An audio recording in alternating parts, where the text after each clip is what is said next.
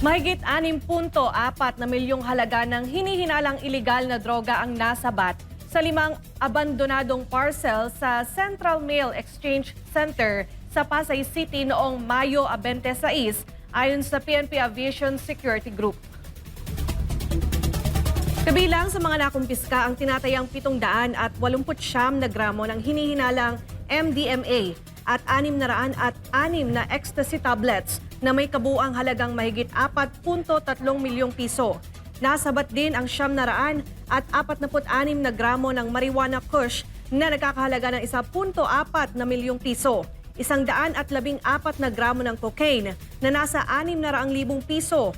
10 gramo ng ketamine na tinatayang nasa 50,000 piso at 184 na gramo ng hindi pa matukoy na brown substance. Batay sa records, ang mga parcel ay nakapangalan sa 3 individual sa Pampanga, isa sa Zambales at isa sa Cagayan de Oro.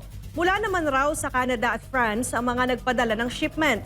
Nadiskubre ang mga kontrabando matapos dumaan ang mga parcel sa cargo screening ng Bureau of Customs at Canine Inspection ng Philippine Drug Enforcement Agency o PDEA.